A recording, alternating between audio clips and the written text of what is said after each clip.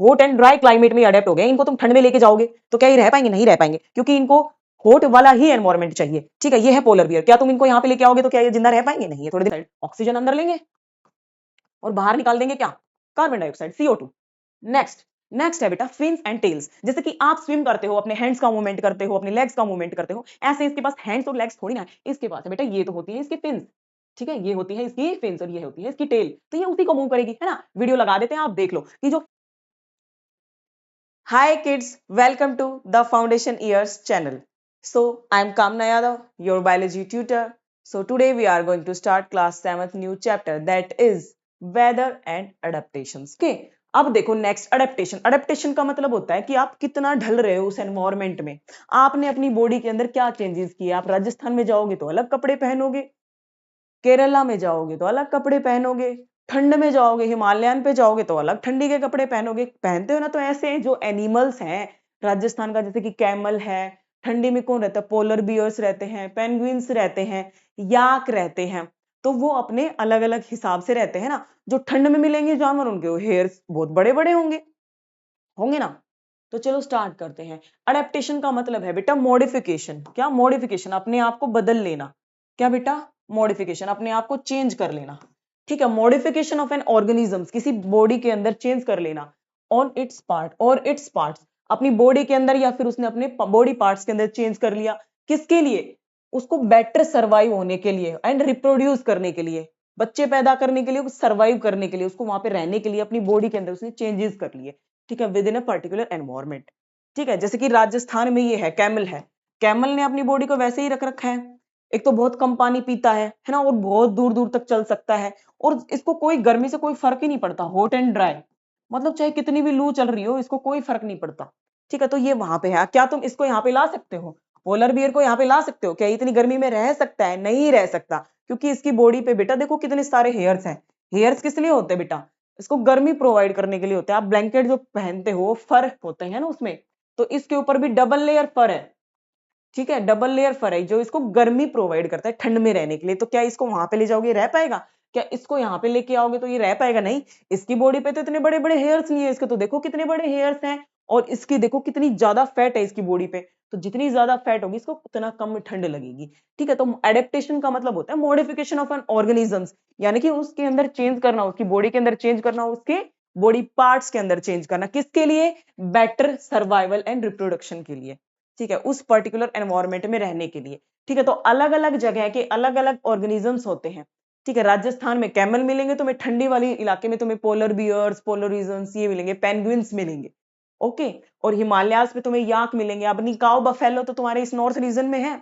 Cow buffalo क्या होती है हिमालयाज में? नहीं, वहां पे तो नहीं होती, पहाड़ों पे तो कि बहुत ठंड होती है। वहां पे होता है याक, याक के ऊपर बड़े बड़े हेयर्स होते हैं, तो उसको ठंडी कम लगती है। ओके, अब देखो नेक्स्ट, इक्वेटिक अडेप्टेशन, पानी वाली अडेप्टेशन। एक्वा, एक्वा का मतलब क्या होता है? पानी। इक्वेटिक अडेप्टेशन, ऐसे एनिमल्स या प्लांट्स जो कि पानी में रहते हो। Plants and animals they live in water, called aquatic adaptation. सबसे पहले हम पढ़ते हैं फिश का बेटा, ये फिश नहीं दिखा रखी यहाँ पे। सबसे हम पहले पढ़ते हैं फिश का। ठीक है, नेक्स्ट में देखेंगे हम। उसके अंदर होते हैं बेटा gills, fins, tails, streamline body, scales, bony fishes, ये सारी चीजें होती है इसके पास। ठीक है, तो फिश के अंदर होते हैं gills, fins and tails, streamline body, scales and bony fishes. ये हम वन बाय वन डिस्कस करेंगे। ओके, अब देखो सबसे पहले गिल्स। गिल्स बेटा ऑर्गन है, जैसे कि यहाँ पे आंखें, कान, नाक आपके ऑर्गन्स है ना, ऐसे ही गिल्स ऑर्गन है इनके। Allow fish to breathe under water. ये जो है ना, ये गिल्स, ये गिल्स, ब्लैक पेन ले लेते हैं लो। ये जो गिल्स है ना बेटा, ये जो गिल्स है, ये जो दिख रहे हैं आपको, ये गिल्स किस में काम आते हैं बेटा? सांस लेने में काम आते हैं। किसमें? सांस लेने में काम आते हैं। अपने जो नॉस्ट्रिल्स हैं, ये तो प्यूरिफाई करते हैं कि भैया डस्ट पार्टिकल अपने लंग्स तक ना जाए। ये जो नॉस्ट्रिल्स हैं, इसके पास है बेटा गिल्स। इसके पास ऐसे ही खुले में ऑक्सीजन नहीं पड़ी हुई, इसके पास घुली हुई है ऑक्सीजन। किसके अंदर बेटा? पानी के अंदर डिजोल्व है। तो इसका काम है उसको एक्सट्रैक्ट करना, उस ऑक्सीजन को, घुली हुई जो पानी में ऑक्सीजन है उसको निकालना, और उसको अंदर लेके जाना और CO2 को छोड़ देना। ठीक है, तो गिल्स का क्या काम है? ये रेस्पिरेशन के लिए यूज होते हैं, ब्रीथिंग के लिए यूज होते हैं, सांस लेने वाले ऑर्गन्स हैं। और ये क्या करते हैं? घुली हुई ऑक्सीजन को अपने अंदर लेते हैं। ठीक है, और pass out carbon dioxide. Oxygen अंदर लेंगे, और बाहर निकाल देंगे क्या, कार्बन डाइऑक्साइड CO2। नेक्स्ट है बेटा फिन्स एंड टेल्स। जैसे कि आप स्विम करते हो, अपने हैंड्स का मूवमेंट करते हो, अपने लेग्स का मूवमेंट करते हो, ऐसे इसके पास हैंड्स और लेग्स थोड़ी ना है, इसके पास है बेटा ये तो होती है इसके फिन्स, ठीक है, ये होती है इसकी फिन्स और ये होती है इसकी टेल, तो ये उसी को मूव करेगी, है ना। वीडियो लगा देते हैं, आप देख लो कि जो किसमें हेल्प करती है बेटा, ये किसमें हेल्प करती है, तैरने में हेल्प करते हैं, फिन्स और टेल्स भी इसको स्विम करने में हेल्प करते हैं, और ये जो स्ट्रीमलाइन बॉडी है बेटा ये भी किसमें हेल्प करती है, इनको स्विम करने में हेल्प करती है। Make it easier for them to move in water, move आएगा बेटा, ये मूव आएगा, ओके। अब देखो नेक्स्ट स्केल्स। जैसे आपकी हड्डियां हैं वो आपको प्रोटेक्ट कर रही हैं, आपको मूवमेंट प्रोवाइड कर रही है, आपकी स्किन आपको प्रोटेक्ट कर रही है कि यहाँ पे कोई कांटा वगैरह ना चुभ जाए, है ना, आपके जो ऑर्गन्स हैं उनको हार्म ना पहुंच जाए। तो इसके जो ऑर्गन्स है ना बेटा, जो अंदर की साइड है, इसको कोई नुकसान ना पहुंच जाए, इसके लिए यहाँ इनके पास होते हैं ये स्केल्स होते हैं इनके पास। देखो ये रहे स्केल्स, तो इसकी बॉडी के ऊपर जो ये है ना पार्ट्स, इसको अपन बोलते हैं स्केल्स, ठीक है। ये क्या प्रोवाइड करते हैं बेटा, प्रोटेक्शन प्रोवाइड करते हैं। Scale on their body to provide protection provide करते हैं, पानी के अंदर कोई कांटा वगैरह ना घुस जाए, है ना, इनके अंदर, क्योंकि बहुत सॉफ्ट होते हैं ना, तो ये इनका प्रोटेक्शन बस यही है, स्केल्स, ओके। अब देखो नेक्स्ट बोने फिशेस का मतलब होता है इनकी जो ये होती है ना बोन्स, हड्डियां जो होती है इनके अंदर एयर स्पेस प्रेजेंट होता है। क्या स्पेस प्रेजेंट होता है बेटा, एयर स्पेस। देखो कितना खाली जगह पड़ा है, देखो कितना खाली जगह पड़ा है। अब तुमको तैरना है, एक बैलून है उसको पानी में तैरना है, तो उसके अंदर हवा भरी होती है, वेट तो नहीं होता इतना ज्यादा, तभी तो वो तैरता रहता है पानी में।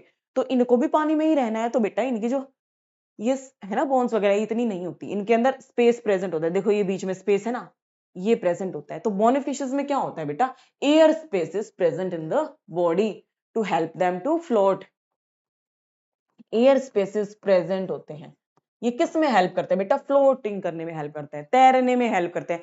जैसे कि बर्ड्स वगैरह हैं, आपने पढ़ा होगा बेटा, हम नेक्स्ट उसमें इसके टॉपिक में पढ़ेंगे कि जो बर्ड्स हैं उसकी जो हड्डियां होती हैं वो कैसी होती है, अंदर से खोखली होती हैं, होलो होती हैं, ताकि उनमें हड्डियों में कम वजन हो, और जितना कम वेट होगा उनका वो उतनी ही हाइट तक फ्लाई कर पाएंगे, ओके।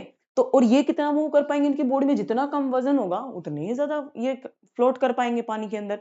तो इनकी जो ये है कैविटीज हैं, इसके अंदर क्या होता है, एयर स्पेस प्रेजेंट होते हैं, जिससे इनकी बॉडी थोड़ी हल्की होती है। ये किस किस में होता है, फिशेज में हो सकता है, वेल्स में हो सकता है, क्रैब्स में हो सकता है, ऑक्टोपस में हो सकता है, ज्यादातर इक्वेटिक एनिमल्स में होता है, ओके। इक्वेटिक एनिमल्स में होता है, किस किस में होता है, वेल्स में हो सकता है, और क्रैब में हो सकता है, ऑक्टोपस में हो सकता है, फिश में हो सकता है, ठीक है। तो आज तक हमारा यही था इस वीडियो में। इसके नेक्स्ट वाली वीडियो में हम करेंगे पोलर रीजन्स, ज़ेरिक एडेप्टेशन यानी कि डेजर्ट वाली एडेप्टेशंस, ट्रॉपिकल रेन फॉरेस्ट, उसमें कैसे एनिमल्स होते हैं, कैसे प्लांट्स होते हैं, ओके, और इक्वेटिक प्लांट्स भी हमारा बच गया, ठीक है। तो बेटा अभी आप इसको रिवाइज करना, क्वेश्चंस करना, और जो नेक्स्ट वीडियो है शायद मैं उसमें आपके जो टॉपिक है यहाँ तक इसके क्वेश्चंस लेके आऊँ, ठीक है। तब तक के लिए बाय बाय, और अच्छे से रिवाइज किया करो, ओके।